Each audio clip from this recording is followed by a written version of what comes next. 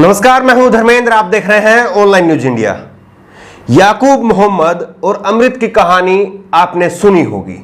किस तरह से एक लड़का जो कि मुस्लिम था और उसने अपने हिंदू दोस्त की मरते दम तक जान बचाने की पूरी कोशिश की। यह कहानी आपने जरूर सुनी होगी, लेकिन इस कहानी के पीछे छुपे संदेश को और इस कहानी के पीछे छुपी सच्चाई को आज हम आप तक पहुंचाने की कोशिश करेंगे। आपको याद है कि जब देश में लॉकडाउन हुआ, उससे पहले देश में क्या हो रहा था? उससे पहले देश में सीए एनआरसी को लेकर के लगातार विरोध प्रदर्शन हो रहे थे। क्यों हो रहे थे? क्योंकि मोदी सरकार ने कहा था कि वो पाकिस्तान, बांग्लादेश और अफगानिस्तान से केवल मुस्लिम धर्म को छोड़ करके बाकी धर्म के लोग, हिंदू, जैन, पारसी, सिख, इन तमाम धर्मों के लोगों को वहां से लेके आएंगे, क्योंकि वहां पर हिंदुओं को प्रताड़ित किया जा रहा है, परेशान किया जा रहा है। इसलिए वहां से हिंदुओं को लेकर के आएंगे, इन मुस्लिम कंट्रियों से हिंदुओं को लेकर के आएंगे। और इसको लेकर के खूब सारा बवाल हुआ कि क्या ये धर्म के नाम पर यह कानून बनाया गया है, इंसानियत के नाम पर यह कानून क्यों नहीं बनाया जा रहा है। यह खूब बवाल हुआ, आप सबने देखा। लेकिन आज जो सड़कों पर हो रहा है, क्या उसको भी आप देख करके समझ पा रहे हैं कि जो हिंदुओं की सबसे बड़ी पार्टी होने की अपने आप में दावा करती है बीजेपी, जो हिंदू हितैषी होने की बात करती है बीजेपी, अमित शाह संसद में खड़े होकर के डंके की चोट पर कहते हैं कि वो मुसलमान धर्म का नाम नहीं लेते हैं और वो कहते हैं हिंदुओं को प्रताड़ित किया जा रहा है। कि दरअसल हिंदुओं को प्रताड़ित नहीं किया जा रहा था और ना ही हिंदुओं को कोई लाने की कोशिश है।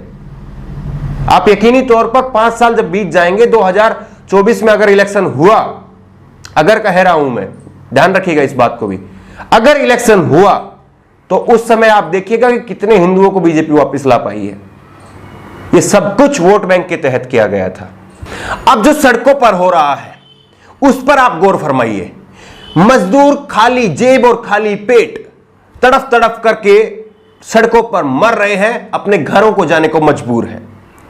और इन मजदूरों में 80 से 90% हिंदू हैं।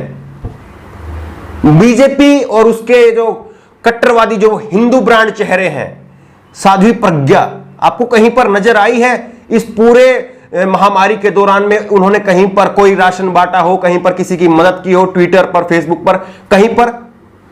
गिरिराज सिंह कहीं पर जनसंख्या की बात, मुसलमानों को पाकिस्तान भेज दो, हर बात में पाकिस्तान भेज दो। इनको घर भेजने के लिए वो कहीं पर नजर आए प्रवासी मजदूरों को?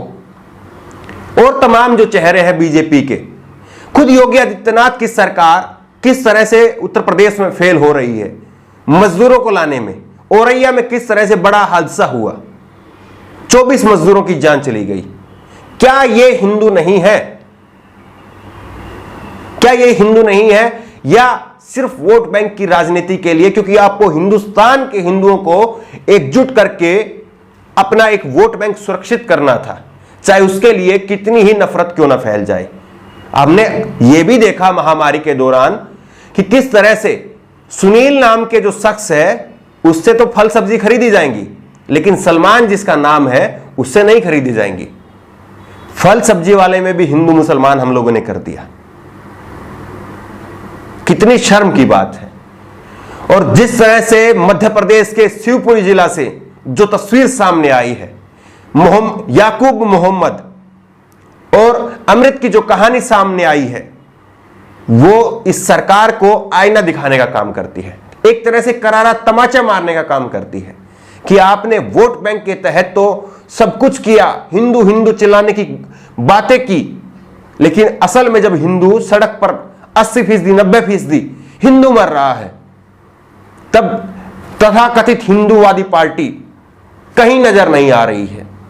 याकूब मोहम्मद ने अमृत अपने दोस्त की जान जिस तरह से बचाई, उसके बाद में उसकी कहानी वायरल हो गई है। ये दोनों दोस्त गुजरात के सूरत में, वही गुजरात जो कि मोदी का मॉडल है, गुजरात मॉडल, पूरी तरह से कोरोना ने उसकी पोल खोल करके रख दी है। गुजरात में अहमदाबाद हो, सूरत हो, जिस तरह से इन शहरों का हाल है, वुहान की तरह बनते जा रहे हैं, चीन के वुहान शहर की तरह इनमें मरीजों की तादाद बढ़ रही है। पोल खुल गई है गुजरात मॉडल की। गुजरात के सूरत में ये मजदूर काम करते थे। वहां से 4-4 हजार रुपए में एक ट्रक में ये लोग बैठे। वो ट्रक नासिक, इंदौर होते हुए कानपुर आ रहा था। लेकिन मध्य प्रदेश के, जहां पर बीजेपी की ही सरकार है, निर्मला सीतारमण ने कहा था कि कांग्रेस की सरकारें ट्रेन नहीं मंगवा रही है, वरना ये मजदूरों के लिए बहुत सारी ट्रेनें हैं, 1500 ट्रेनें हैं। आप जहां कहेंगे 3 दिन में, 3 घंटे में, मात्र 3 घंटे में ट्रेन हासिल हो जाएगी। गुजरात में किसकी सरकार है? मध्य प्रदेश में किसकी सरकार है? उत्तर प्रदेश ये लोग आ रहे थे, किसकी सरकार है? केवल राजनीति के लिए आप बयानबाजी करेंगे और इस देश की जनता उस पर गर्दन हिलाती रहेगी। ये दौर शायद अब खत्म हो गया है। इस महामारी ने कई लोगों के चश्मे उतार दिए हैं। आपको बताऊं, मुझे एक बीजेपी के, आरएसएस के कट्टर समर्थक का एक फोन आया और उसने कहा कि अब लोग घरों से निकलने नहीं देते हैं। गली में जब खड़े होते हैं तो मोदी का नाम लेकर के कोई बात नहीं कर सकते हैं हम।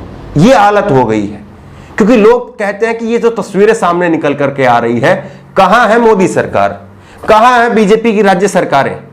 क्योंकि ये सबसे ज्यादा मध्य प्रदेश, उत्तर प्रदेश और बिहार के मजदूर हैं। तो ये हालत हो गई है।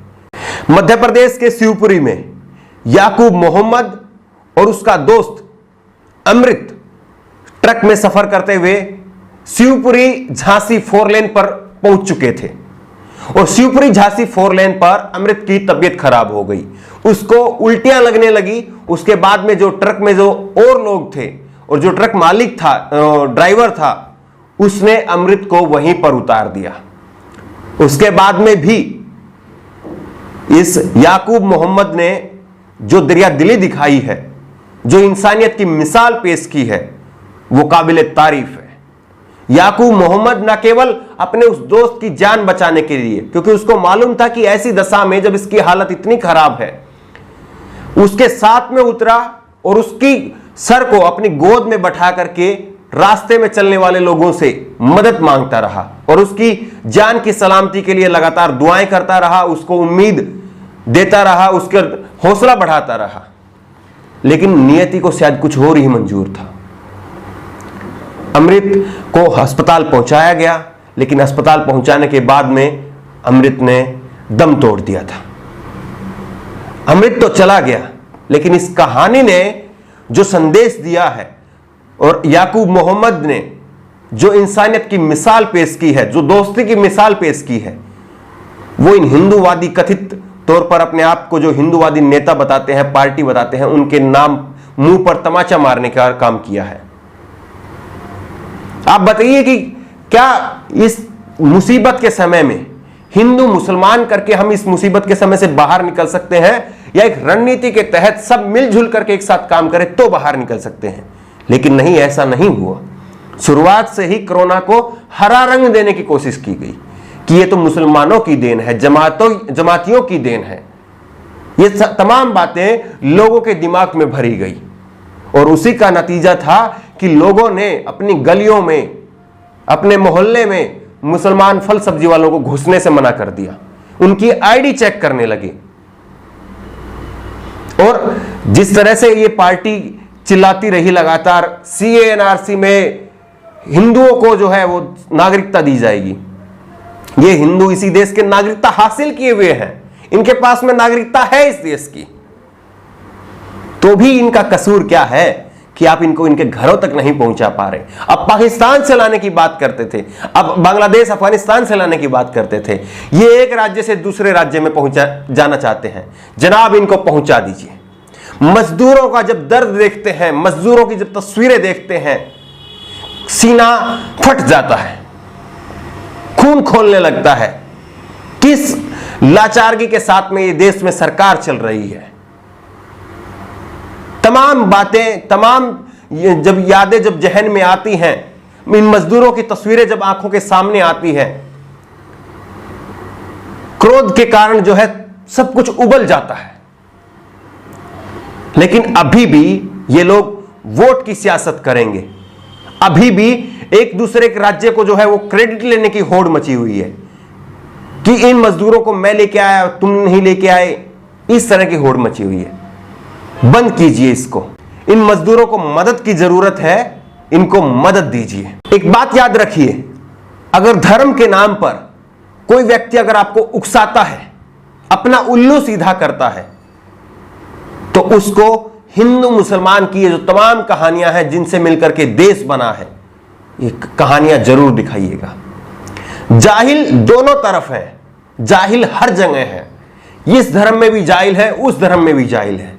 जाहिलों को एक्सपोज करना जरूरी है, जाहिलों को लताड़ना जरूरी है, चाहे वो कोई भी धर्म का हो, हिंदू हो, मुस्लिम हो, सिख हो, पारसी हो, जैन हो, बौद्ध हो, कोई भी हो, उनको लताड़िए, उनके साथ मत खड़े होइए।